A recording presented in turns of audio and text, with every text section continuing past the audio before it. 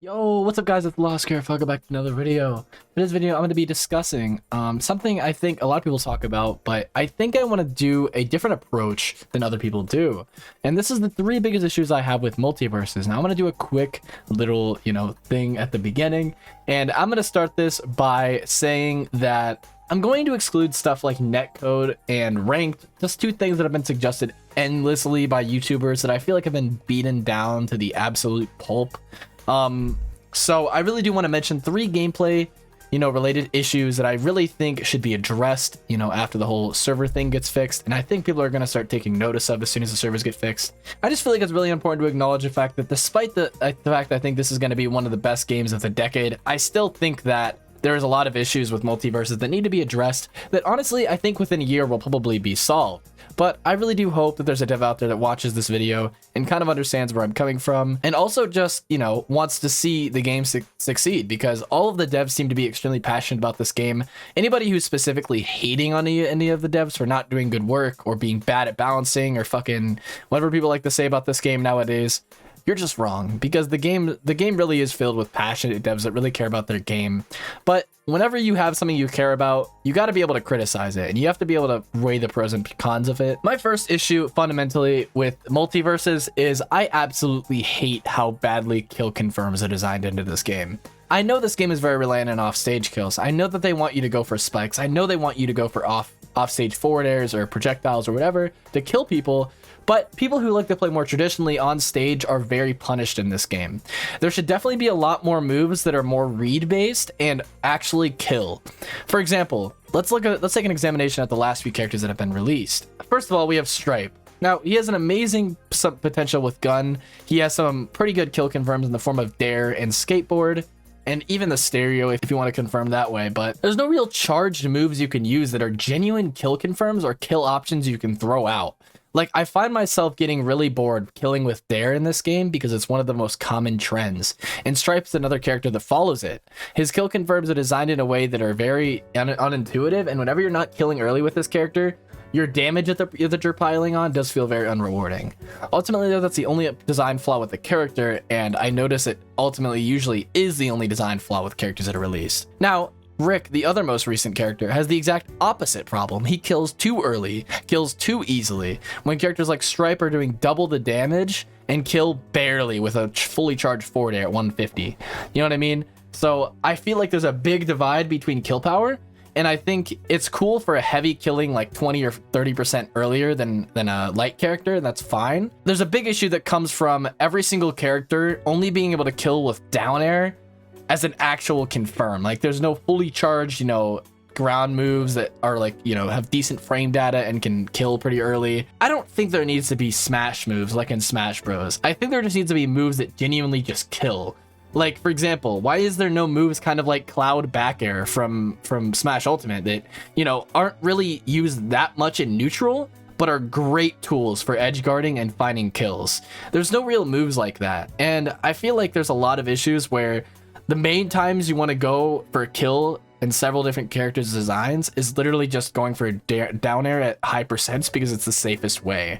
But it's not really a swag or cool way to kill somebody. You're just kind of, let me just down air you on stage. Okay, you're dead. Like, it doesn't really take any skill. You know what I mean? I feel like there should be reads or cool moves you can throw out that actually confirm or at least create pressure.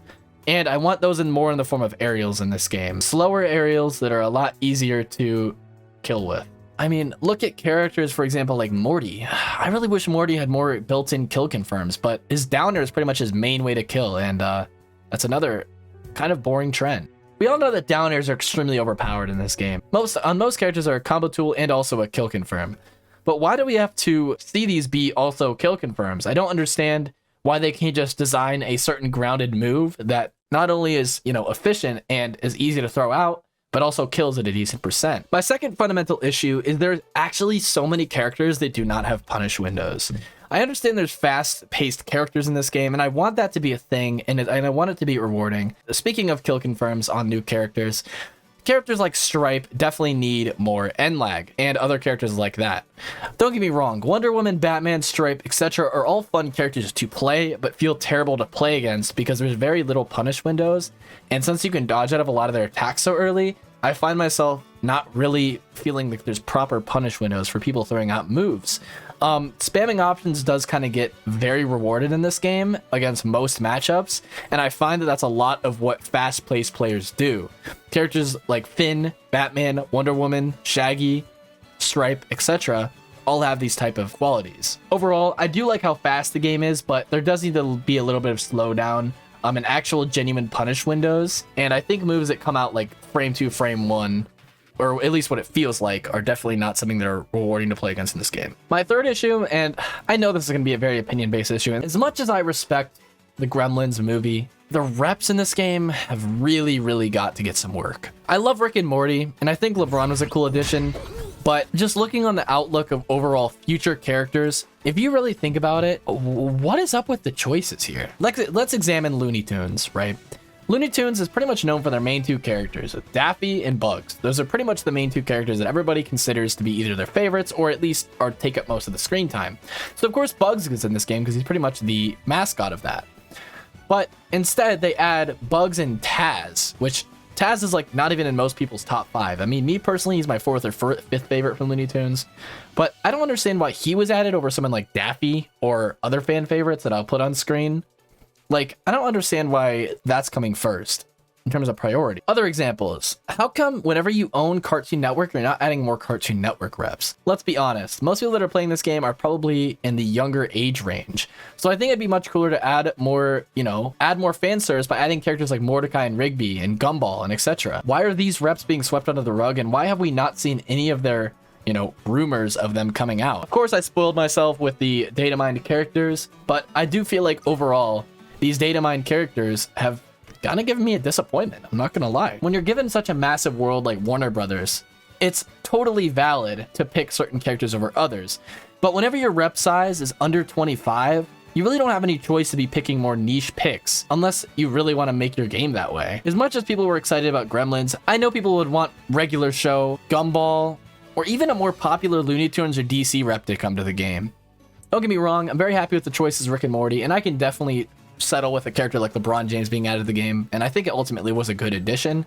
I just don't understand why they're choosing specific characters over others. And as a final example, why did Scooby-Doo not get added but Velma did? I think in games like Smash it's different, because whenever you're at Smash, you have 80 plus different characters already. It really doesn't matter if they add another goddamn Fire Emblem character. You already have every single Nintendo character you'd possibly want to play. As much as people want extra reps, it doesn't really matter who gets added in the end. But with Warner Brothers, you have a universe of 50 plus characters that everybody actively wants, and I feel like they're going to the, very bottom of the tier list of where everybody would want, of which specific characters people would want in what order, and they're kind of just handpicking them from there. This may just be me here, guys. I know some of you guys might have some sort of attachment nostalgically to Gremlins, and this is just my opinion, and everybody usually says this is a personal preference, but let's be real. We all know which characters are more wanted, and Gremlins was definitely not at the top of the list. However, I'm glad that they designed them well, and they're still fun characters to play. I just really wish you could get more reps that actually are more requested, instead of wacky picks whenever the roster is already kind of small. My final issue I'll state with this game just comes from classes. Classes are genuinely some of the most flawed game design I've ever seen. If we examine classes in this game, I mean, think about how weird some of these choices are. I mean, let's look at a character like Wonder Woman. Wonder Woman is a tank who moves some of the fastest in the game and has some of the most ridiculous frame data in the entire game. She throws out some moves what feels like frame 1, and also moves faster than what feels like any other character in the game simply because of her airspeed. Yet, I'm pretty sure she weighs either 68 or 76. Why is that again? Let's take another example. Don't get me wrong, I think Harley's ridiculously overpowered, but as an assassin who's supposed to be the faster class, why does she get to be the lightest but also one of the slowest? That personally makes absolutely no sense to me. I'm not saying buff Harley because I hate Harley, but it just doesn't make sense. I could follow this trend forever, but ultimately, classes really need to be looked at, and I'll just list a few examples of classes that definitely aren't balanced on specific characters. Why is Morty a bruiser? Why is Batman not an assassin? Why is Wonder Woman a tank? Wouldn't she be more of a bruiser? You get my point. I just think that they need to realign the classes or just drop them entirely, because I feel like they're creating more confusion. Alright guys, and that is ultimately my 4 main issues with MultiVersus right now, besides ranked and servers. Obviously we do really want that to come to the game, but these are just 4 issues I think aren't really that hard of fixes, but genuinely could help the overall gameplay and content so much more. And I just want to say, I applaud PFG with their small team still making this game so goddamn amazing and so fun to play. Ultimately guys, I'll see you guys on the next video. I enjoyed getting to talk to you guys and getting to tell you guys how I felt about this game right now.